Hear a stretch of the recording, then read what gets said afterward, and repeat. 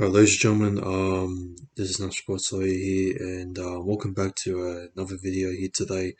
I'm going to be showing you my NRL fantasy team as we got here. So yeah, it was a bit of a I thought it was gonna be pretty easy. It's the first time I ever did a fantasy, so don't really judge me for doing this. So this is possibly my this is like my final team I'm going to be doing for round one.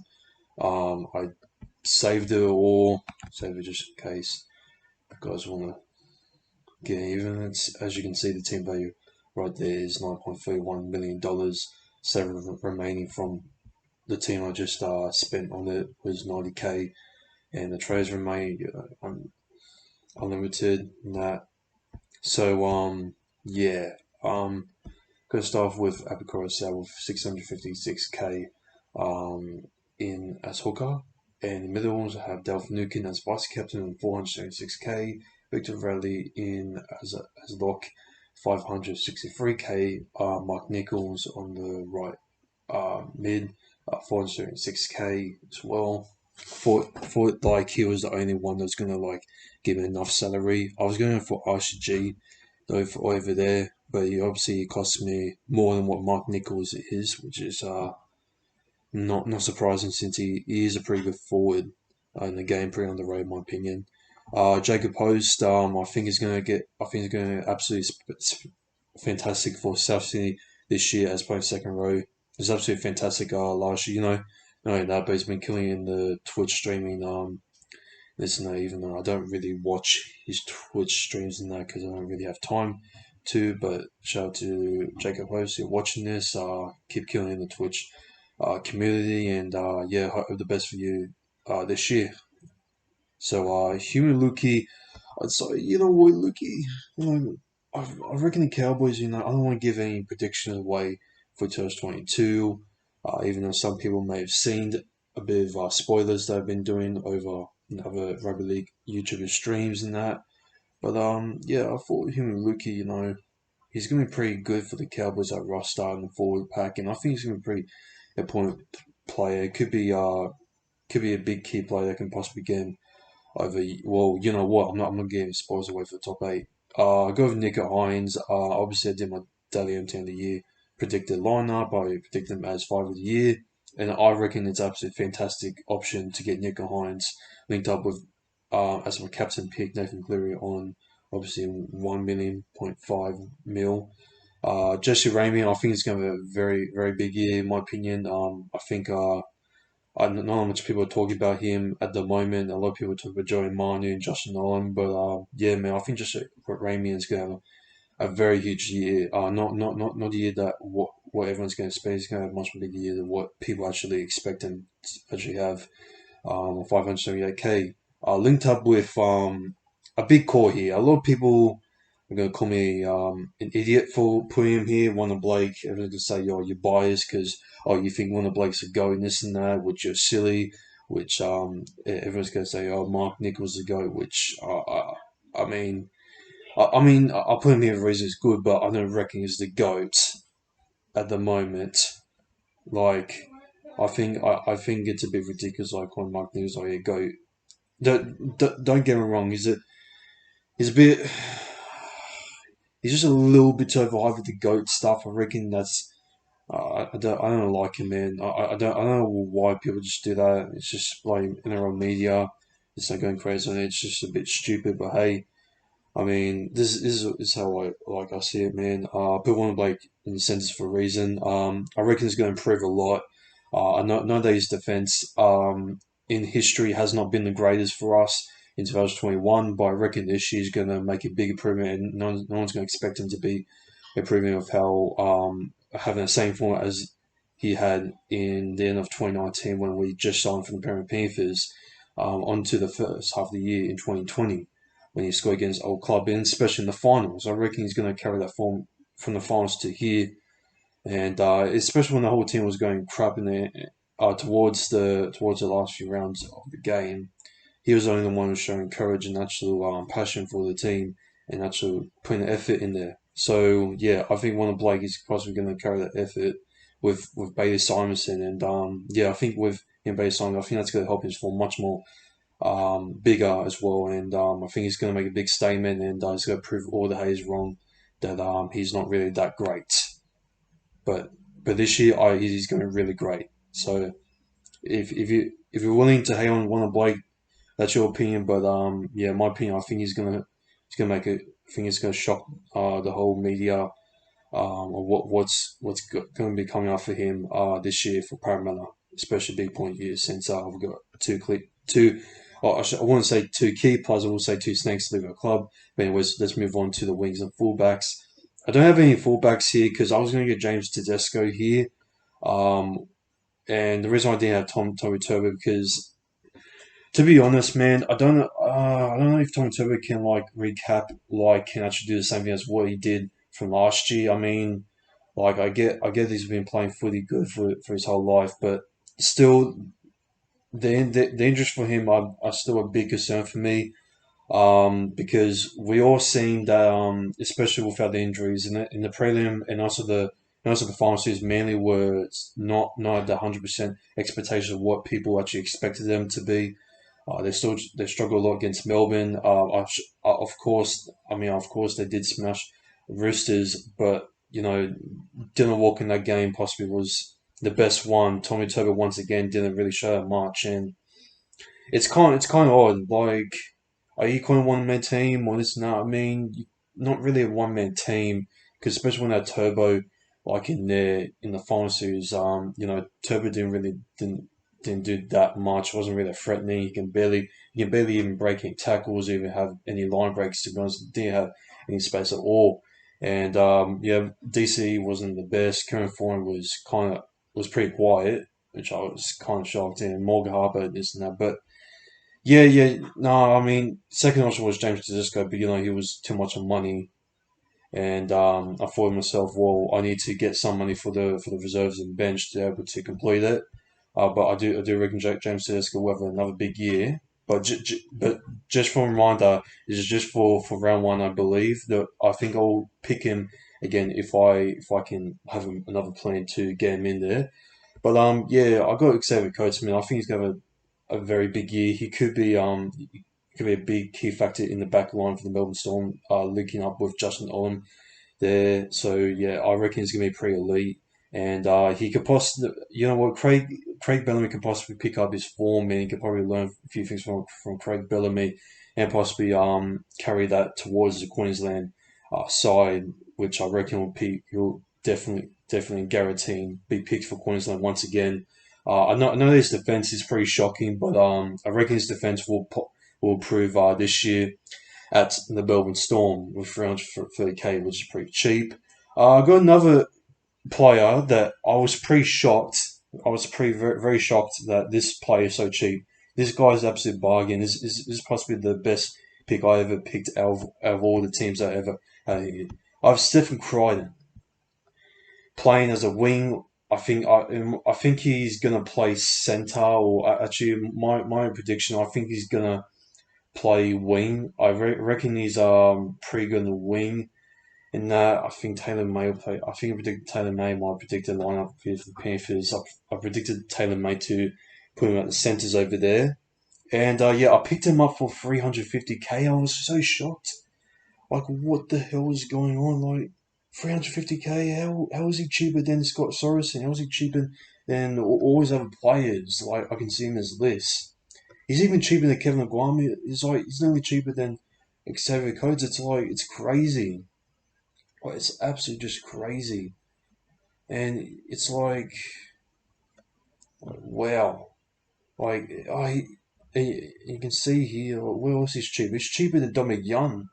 It's cheaper than Dominic Young, bro. Like that's just crazy, man. Like a Premiership winning player, and obviously he scored and try intercepted from Cody Walker's poor pass. Like that's just crazy, man. Crazy. Like if like in my opinion, if you don't have Seth Cry in if you're in a fantasy team, then I don't know what you're smoking or what you're drinking because mate, this is such a bargain. I've got Kevin Aguama on the right here. I reckon he's going to have a very, very big year. I think he's going to play possibly on centres. But to be honest, I looked back at my risk predicted line. I think I stuffed up. I honestly feel like he's going to play being the wing, and I think he's going to play the same format as we has at the West Tigers, along with as we did in the grand final for St Helens. And I reckon he's going to get back to the form, and not much people are talking about him, especially the NRL media. And he's going to score those crazy tries of how he was at the Tigers. I remember he scored a lot of tries. Like crazy tries. I remember there's one try that he scored in 2015, I believe, against Cameron Banks the Bulldogs. And when he actually the ball was about to go dead, but then I think he put like two hands on it and then just push it back under his stomach, on his whole body, and just like freaking just pushed it on his body, and then like just floated up in the air for able to another Tigers player to score. It's like this like I know Kevin O'Grama may be getting at age. I know he's got like I think a wife now, but he's got a kid. He's got kids and that, and like I get he's getting old, but still, he could be that that Brett Morris as what everyone expected. As Brett Morris getting old, a lot of people doubting him that he doesn't have skill anymore. Josh Morris, yeah, he's getting old as well, and it's still proving it wrong. And I think Kevin Graham can still prove it wrong as well. Everyone's gonna say, oh, no, Graham is not this and that because he's from the Super League, which I think that's a bit ridiculous. I know. There's like other players from the Super League, such as Will Chambers. I've got Kymore Hunt, I believe, play for the Broncos. No, yeah, he used to play for the Broncos a long time ago. Came back from the Super League and was absolutely just um, he just played like a freaking nobody. He just played like a freaking nobody. Like who was this guy? Like, oh, he's played for us? No. Like, come on, man. What else was another bad player? Well, this wouldn't count, but Sonny Bill Williams came back for the Roosters, and he didn't, and he was actually just rubbish. He did nothing, and now he's ended up as a rugby union commentator. I think he was commentating on one of the Channel Nines, one of the Channel Nines network uh, last year, but now I think he's working for Rugby Union Stand Sport for commentating. I believe, yeah, I think he is Sonny Bill Williams, and like there's many other players I can say, but I think Kevin O'Brien is going to be one of those players Super League that's going to prove everyone wrong that he still has it. Similar to what Brett Morris did, especially Benjamin Marshall as well. And yeah, man, yeah, Kevin O'Brien is going to be a great pick for me. Anyways, enough of the starting team. I'm going to go with the bench here. Now, I reckon a lot of people not really talk about this player here. Obviously, he's won premiership for the North Queensland Cowboys. And I reckon that a lot of people were underappreciating him. I reckon the media wasn't talking about him that much from last year. He's a pretty underrated, and that's going to be Jake Granville. 272K for a pressure winning play. He's been absolutely a fantastic utility player for the North Queensland Cowboys last year. He's possibly, in my opinion, one of the best utility players in 2021, and possibly will be again in 2022, hopefully, for my fantasy in round one when we go up against the Cameron Banks Bulldogs. I'll go with Talakai here, man. I think he's going to have another big year for the Cronulla Southern Sharks. I'm going mostly We've got mostly all the Cronulla Sharks players in here because I got about four of them in here actually. Oh, actually, no, I got five. I got a fifth one, Luke McCarthy in the reserve, which again is like. But yeah, I got like most Sharks players in here because I reckon like Sharks are pretty much smoky. Coming this year. That's all I'm going to say for my 2022 low predictions. They're going to come up next month. All right, just to let you know, they're going to come up next month. That's all I'm going to say. All right. So yeah, I reckon Tateko's got another big year. He's on 337K here. Ethan Bellamore. He's a pretty underrated player in my opinion. Not much people really talked about him when he played for the Brisbane Broncos. Brandon Vid surprisingly doesn't even know. doesn't know nothing about him. I have heard about Ethan Belmore. I haven't really watched him that much, but I heard that he's pretty good. I think yeah, have seen him on the bench. I believe I think I've seen him play a little bit. I'm not sure from last year, and he's pretty underrated in my opinion. I think he's got a massive year, and I'm pretty surprised that Foxley hasn't even predicted him to be in the first team. It's pretty shocking. I think that's just absolutely stupid that people if you're predicting man when you see his line, if you don't think Bellamore dead, then you got a serious issue. Because honestly, man, watch out for this kid, man. He's going to be one of the top five best young guns in 2022, man. And yeah, Scott Sorensen, mate, yeah, he's been actually another underrated player. A lot of people have been talking about him a lot, how good he was coming through off from the bench, and I reckon he's going to be a pretty good impact and point key player possibly for the Panthers coming out from this year. Plays in the mid, obviously. He's going to be pretty good for the Panthers, and yeah, man. 400 feet, 446k. I reckon it's been pretty useful for them. In the reserves, I've got Luke McCarthy. I'm just going to keep him for a backup just in case if they put him, if they're like put him reserves. I'm not sure how the reserve thing goes on for fantasy points and that.